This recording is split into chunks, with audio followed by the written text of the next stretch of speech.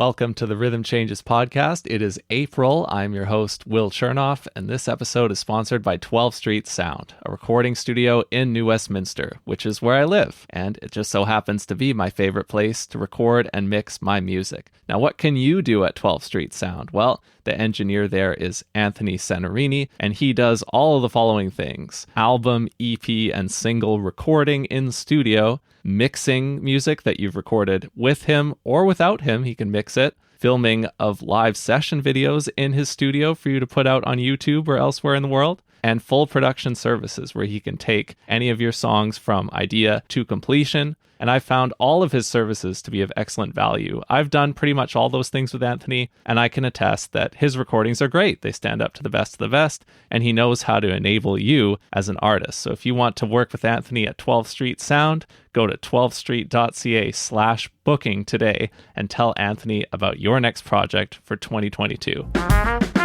We're also very excited to welcome a new sponsor to the show, Railtown Mastering, an audio mastering studio in Vancouver led by Andrew Downton. Mastering is, of course, the final step for finishing the music that you've recorded and mixed. And Andrew at Railtown is my top recommendation for mastering your music here locally in 2022. He's mastered a lot of my releases, and everyone I work with trusts that when we send him our mixes, he always sends us back music that sounds even better. And he has many notable clients in Canadian music beyond just us. So if you want to learn more about what Andrew does and whom he's worked with, you can visit his website, railtownmastering.com. And to contact him about getting your music mastered this year, email andrew@railtownmastering.com or find him on social media at railtownmastering. Email andrew@railtownmastering.com to get your music mastered this year, or visit railtownmastering.com to learn more today. It was a pretty surreal experience. I got my butt handed to me, which is what I needed. Going up there, being reminded that you don't have all the answers yet. And I went up to him later that night and I'm like, thank you for doing that. I really needed that. Happy Wednesday, and coming at you from New Westminster, BC, it's the Rhythm Changes podcast, the only weekly interview show about creative music in Canada. On this podcast, I bring you my favorite kind of stories from the working world of music, which are the ones that happen before shows, in the intermission, and after shows, when you just get to hang and hear what people are all about. On this episode, I've got a saxophonist, keyboardist, and producer from North Vancouver. That's up next.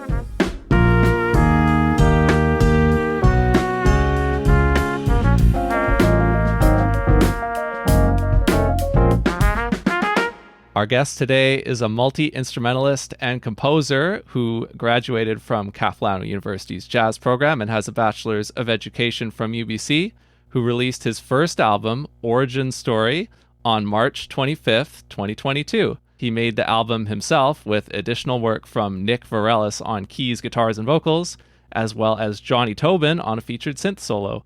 Previously, I've co-written a tune with him, but he took that tune and rewrote it significantly for this album, so I will not benefit whatsoever if you buy or stream this music, but he will, and you can find his album by searching for his name on Bandcamp or streaming it anywhere. So please welcome to the Rhythm Changes podcast, Jamie Hicks.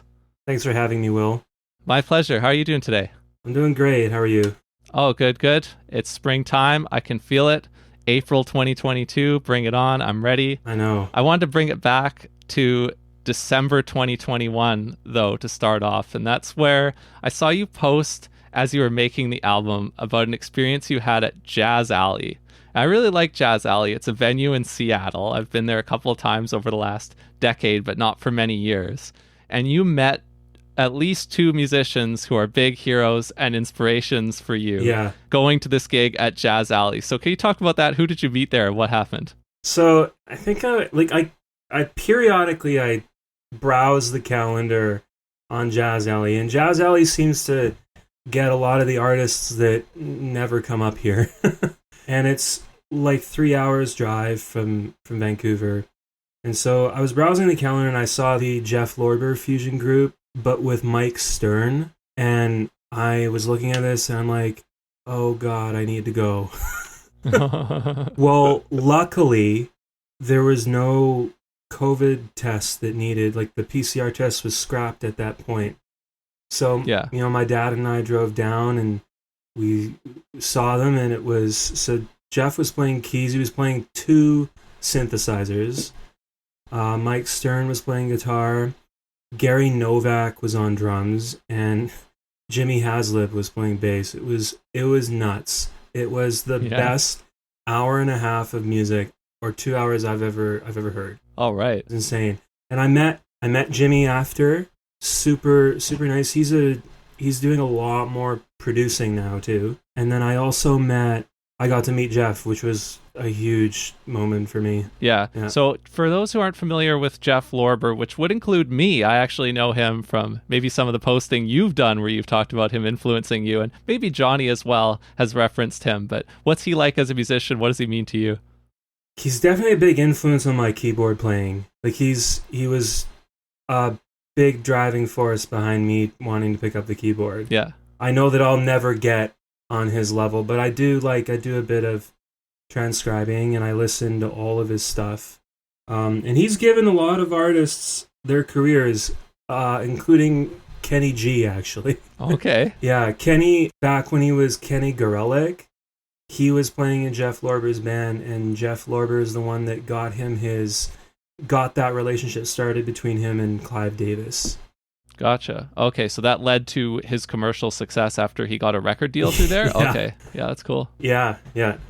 Now, there's another name that I've seen you reference as a big influence, and it's somebody that I wasn't familiar with at all until I started prepping for this episode of the Rhythm Changes podcast. And I think this also has influenced your keyboard playing. So you talked about Brian Culbertson, yeah. And you said in a post that he is the reason why you're a musician. That's pretty much a paraphrase from your post. So talk about him for a little bit too. So I can't remember when this was. This was either the summer before I started CAP or the summer after I started CAP. I think it was before I started CAP. And I was scrolling YouTube one day, and up until this point, I listened to Charlie Parker and Sonny Rollins, and I had seen Sonny Rollins at this point, but I thought that was it.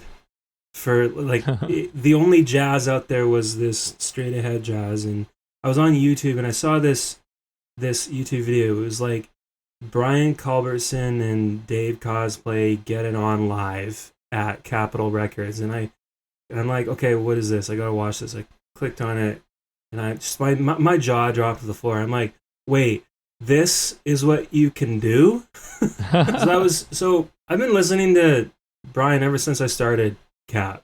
And from that moment on, I've been listening to his stuff, and I really like his piano playing. He's very, very underrated. He gets a bad rap like a lot of those guys do, but he's an amazing musician.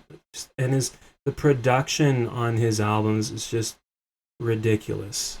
Interesting. It's interesting, I say, because you brought up this thing of, he gets a bad rap like a lot of those guys. And that brings me to a certain genre term if I'm trying to discern, well, what are you talking about there? And if you listen to your album, Origin Story, it's a largely instrumental album. You do have a vocal cover on it, which I'll ask you about later, but it's an instrumental album with a lot of sax playing, a lot of guitar soloing and playing, a lot of keys fleshing out the arrangements.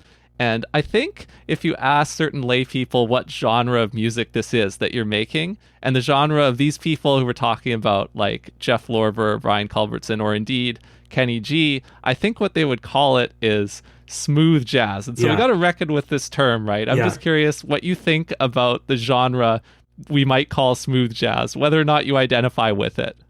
I think that this music gets such a bad rap because of the fact that these radio stations came up with that smooth jazz moniker. I don't like it. I think that smooth jazz still is considered jazz fusion because it is jazz mixed with R&B, funk, rock, Latin, pop, whatever. It depends on the album you're listening to or the song. But in my opinion, it still is jazz fusion. Yeah.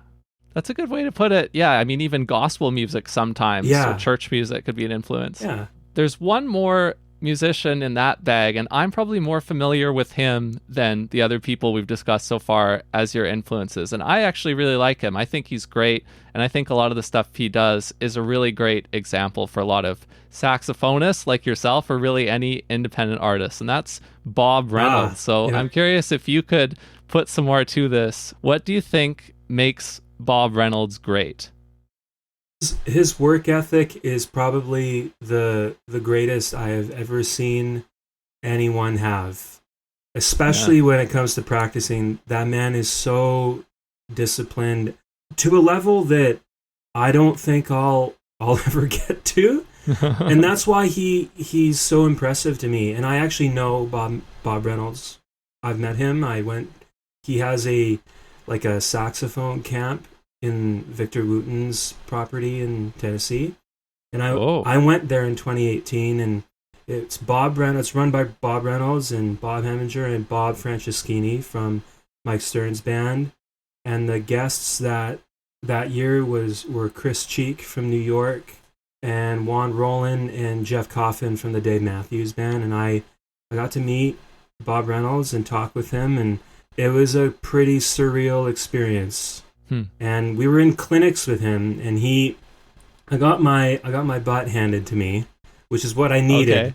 Okay. When you graduate from music school, you think you have it all. You think you've done all the work, and that was a really good experience for me. Is going up there and being reminded that you don't have all the answers yet. And I went up to him later that night. And I'm like, thank you for doing that. I really needed that.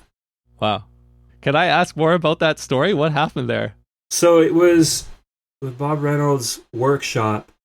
We had to go up, and the rhythm section would figure out a tune to play. You wouldn't know what it is. And they would do it in a style that is not normally played. And you would need to use your ear to figure it out. And you would have to play a chorus. The only resource you have is your ears. And so they played Blue Bossa as a swing. And so because it was in swing, my ears were not adjusted to that. And I made a fool of myself in a good way. In a good way. It was a really great experience. And that was one of the best lessons I've ever had from anyone. Nice. And he told me that to get better at ear training, you even just go on Spotify, find a bunch of songs, put them on, and listen to them and try and figure it out. You don't need to do all these, sight singing exercises or sit at the piano with your eyes closed. It could just be putting on Spotify, listening to it, trying to figure it out. The transcribing thing relates to the ear training thing so well. Yeah. Yeah, it could be a little bit of both, right? Depending on how you're feeling on any one day. Maybe you do want to transcribe something, and then some other days maybe you just want to learn songs by ear by listening to the recordings and all these other things, right? It can be a mixture. It can be different things day to day. Yeah. Okay, I want to get into your album. The first thing I want to ask you about your recordings is actually this thing that I know about as a meme from a YouTube video that became a well-known jazz meme among jazz college kids. I'm not talking about The Lick. This is, I believe, post The Lick, post the 7-note thing that really was one of the original... I know exactly what you're talking about. social media memes. I bet you do. And I found it on your recordings not once, twice. Now, I don't know if there's even more iterations of this lick that I haven't found yet, but I found it on the tracks Menu 1 from Super Smash Bros. Melee, which is a cover of that piece of video game music. Yep. And I also found it in your composition called Retreat to Yoshi's Island, which, if I'm not mistaken, is not a cover of video game music, but it's your original piece named evocatively of that, right? Yes. Yeah, so of course, what I'm talking about here, as you've already picked up on, but we can introduce to people here, is the Mario Kart lick. Yes. So here's the story about that. At my practicum school, I quite often will, if I have a spare block, or even sometimes I will have a day off, I'll go up and I will, see my former students and in their jazz band class, and one of them asked me, "Oh, Mr. Hicks, do you know how to play the Mario Kart lick?" And at the time I had said, "No, I don't know how to play it." and I felt a little embarrassed that I didn't know how to play it at this point, because I knew what it was. I knew that it went, that video, you're talking about Saxo Logic, Nathan Grabiel, and that video of his just went completely viral. Like, Yeah. And like, I was embarrassed that I didn't know how to play it. And so, I found it and I learned it in a couple of keys, and soloing on the menu theme from Super Smash Bros. Melee, it's hard, especially when you hit the bridge, because it does the modulation thing. And I'm like, well, what can I play over this? Oh, the Mario Kart would be great. It would because they'll be listening to this video game music, and then they'll be like, oh, he played the thing. Like, yeah, that's where it comes from. Yeah. No, there's a couple other interesting, funny quotes that you've thrown into the album, and I'm not sure what they all are, but I know that you've had a couple other things in there where I was listening to the solos and I was like, oh yeah, that's a funny quote, right? Now, there's another track called Straight A's, and this is the only track where it's credited to both you and Nick, the composition. And this one, to me, is the one that sounds the most like it could be a video game music menu theme, That's interesting you say that. This student I taught, his dad is an actor. He's been in, shows like Riverdale and Supernatural, Nancy Drew, a lot of the ones on the CW network. He had asked me to write the theme song for a podcast he was doing about what it's like to be Canadian. It's called I Don't Speak Canadian. Oh. And I think it's on Spotify and the Apple Podcasts app. Okay. So he's asked me to write this theme song, but I haven't done this before, and I'm thinking maybe it'd be fun to write it with someone. Now, who could I get to help me write it? Who would be interested in this? I've been working with Nick since 2016, since my grad recital. He's the only keyboard player I've really played with long term. Yeah. He's an amazing guitar player. So we got together. First time we got together was at his home studio, and he was listening to the soundtrack to Mario Kart 8, believe it or not. That's interesting. It sounds like video game music to you, because that is the exact vibe we were going for.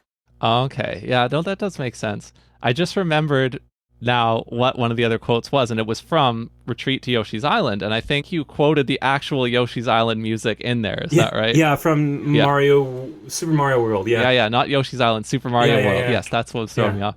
No, I dug that tune, and I also thought it seems like with that title, what you're going for is you are kind of in that style, like you're trying to write a tune in that style of what might be in a game, right?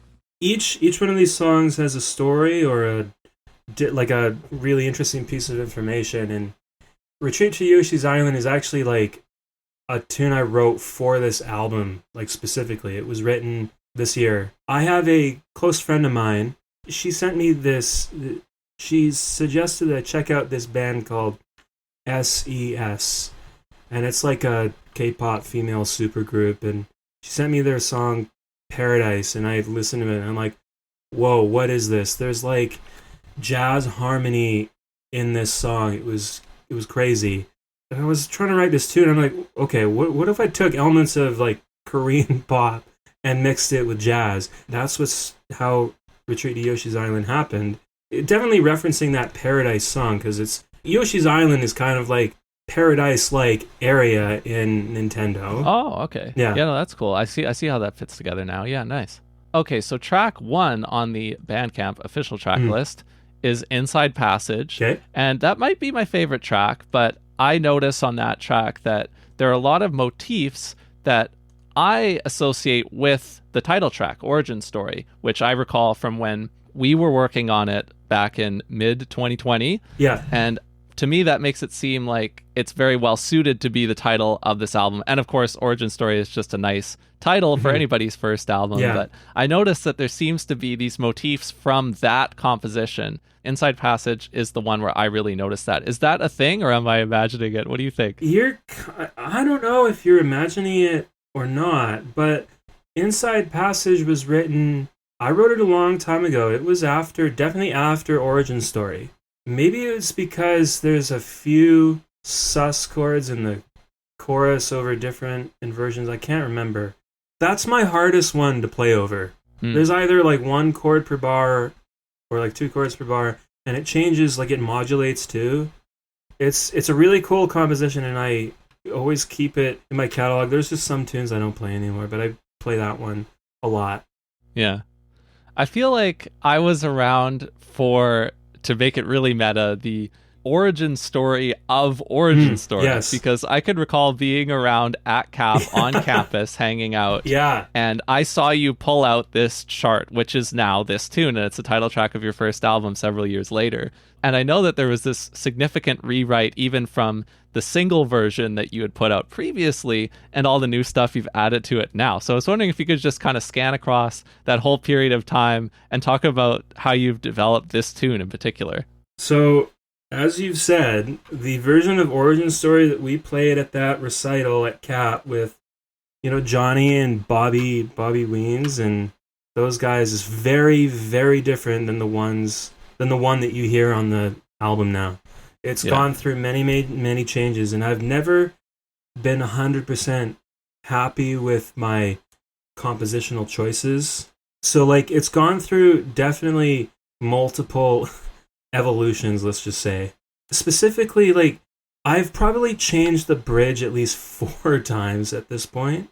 It was out of pure curiosity messing around with the bridge for this one, and I just found, the ascending major 7 chords at the beginning sounded really cool, and then it kind of built from there. Yeah. You've talked about how all the titles have different meanings, so I just want to hit on some of the other tracks and bounce around the titles and see what you got to share about them. Next one that I was thinking of was maybe the most fusion-y in the way that you want to describe it, Slide On Over. Oh, yeah. So you were talking to me about Brian Culberson, right? Yeah. So these chords, in fact, the most of the harmony is actually it's a contrafact of one of his songs. Oh, nice. My favorite album he ever did was Another Long Night Out, which is a complete re-recording of his first album, Long Night Out. And he has a song there called Horizon. I love this song, and I was, I have trouble coming up with chords when I'm songwriting, and so quite often, I'll go and listen to, my favorite artists, and I'll hear what they're playing, oh, those chords sound cool, maybe I'll use something similar to that. So it was writing out these chords and coming up with new melodic ideas, and that's how this song started.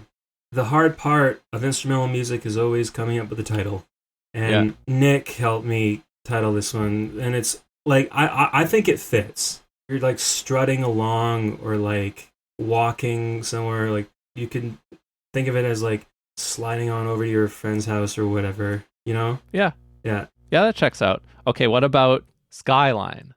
This is another song that you probably might have played. Oh, really? Because I wrote it while we were at Cap. Yes. Huh. I was trying to figure out what the last tune was going to be on this record, and the thing with it, they were all similar tempos and very upbeat, funky songs. And I'm like, okay, maybe I should have a ballad. And I was thinking, I wrote that one ballad I wrote for my grad recital, and I've never played it since. It's about Vancouver. Okay. So Skyline, I imagine this song makes me think of there's all this fog around Vancouver, and then you come out of the fog and you see downtown Vancouver, the skyline of it. Nick programmed the drums on that one. I did everything else. So I did sax, I did Rhodes. There's Wurlitzer on there too. It wasn't as big of a project as some of my other songs. Oh, I see. Yeah, the actual production itself went smoothly. Yeah, it was a pretty small production. Okay. So because you grew up in North Van, that's the skyline view that you're talking about. That's the view that you're used to, is looking down south at downtown Vancouver, right? Exactly. All right, what about the other ballad, Moving On? Yeah, so it's about moving on from pain, because if you listen to it, it has a somber vibe, but there's some sort of hopeful vibe in there too. I've dealt with a lot of pain, struggled with some people have passed away, and so I decided to put this one on there because I think it has a good message that you have these painful events that happen to you, but it's about the time that it takes for you to process that event and move on. One of the favorite tracks of mine on the record. Yeah, I thought it was one of my favorites as well. Yeah. Okay, there's a couple more left before we close out here, and I think now I want to ask about how you ended up making this vocal cover with an uncredited vocal feature for Nick of "Lovely Day" by Bill Withers. Yeah, so when Nick and I quite often play a lot of gigs together, and we always end up doing this song. It's an easy song to do on a gig, and it's a lot of fun, and it's unfortunate that Bill Withers passed during the pandemic. Lean on Me, Just the Two of Us, Lovely Day, Ain't No Sunshine. Like, those are all #1 hits. Yeah. He means a lot to me. A lot more than I thought originally, until I found out that he passed. Yeah. And I know we were talking off air here beforehand that you haven't made CDs yet, but you're planning on making CDs. And so when you go ahead and make those, if you're listening to this now when that's already happened, then you'll be able to find them on Jamie's Bandcamp, right? Yeah. That's where I will share information about them. I'm in the middle of figuring that out. Nice. Yeah. Hey, at least you're not pressing vinyl records. That could take a long time for you to figure out right now. If someone was asking me about vinyl, and I'm like, oh no. That's a long lead time. I hope something happens there. That's a whole other can of worms. But yeah, I know. The last thing I want to ask about here is the Funk Station. That's a fun track. It's the closing track on the album. Yeah. And you've got a more up-tempo arrangement with some more exuberant soloing, and you actually have Johnny playing a keys solo. He is the first soloist in the arrangement with his kind of signature pitch bends and licks that seem to ascend forever and ever. And when I listened through that track and I saw that that's how you laid it out, he's first, you're coming in with another keyboard solo after that. So I have to ask, what is it like to follow Johnny Tobin on a synth solo in a song? So that following Johnny Tobin is not me. Oh, it's Nick. Okay, yeah. It's the only keyboard solo that Nick played on the record. All the other ones are me. Oh wow, okay. Yeah, I'm not half bad, right? But originally this was not going to have Johnny on it. It was going to be me soloing on another synth, and then Nick going after me. We're going to have like this synth duel thing. But it was like I was recording take after take after take, and I'm like, nothing I play is as good as what Nick was doing. So I thought, well, what could I do? Like, I still have those synth takes that Johnny sent me when we did the Kinda Nuts single, which is what the Funk Station is. The Funk Station is the original title. Okay. Yeah, and so I asked him, contacted Johnny, and I said, would it be okay if I put, one of your solos on this album? And he's like, oh yeah, go for it. Yeah. And so I edited it down, and so that, Johnny and Nick are both soloing on synth, and it sounds really cool. And then, Nick has the guitar solo after, and then, we come back in with the chorus, and then I have the outro. Gotcha. Okay, That's cool. I had no idea that was the one synth solo that you didn't do. Yeah. Everything else, all the other keyboard solos were mine. Yeah. Well, that's a fun way to end off your album. I enjoyed listening to it, and it's cool to learn about your origin story. So thanks so much for taking the time to come to chat with me today. Yeah, no problem. Yeah, thanks for having me, Will. Thank you for tuning in to this week's episode of the Rhythm Changes podcast. If you like what we do here, I invite you to sign up to the free weekly article that I write. This week's article, available now, is about Home Roots, the traveling good time medicine show, and the BC World Music Collective. So if that sounds interesting to you, check that out. If you like what you read, you can sign up for the free weekly article today, right on our homepage at www.rhythmchanges.ca.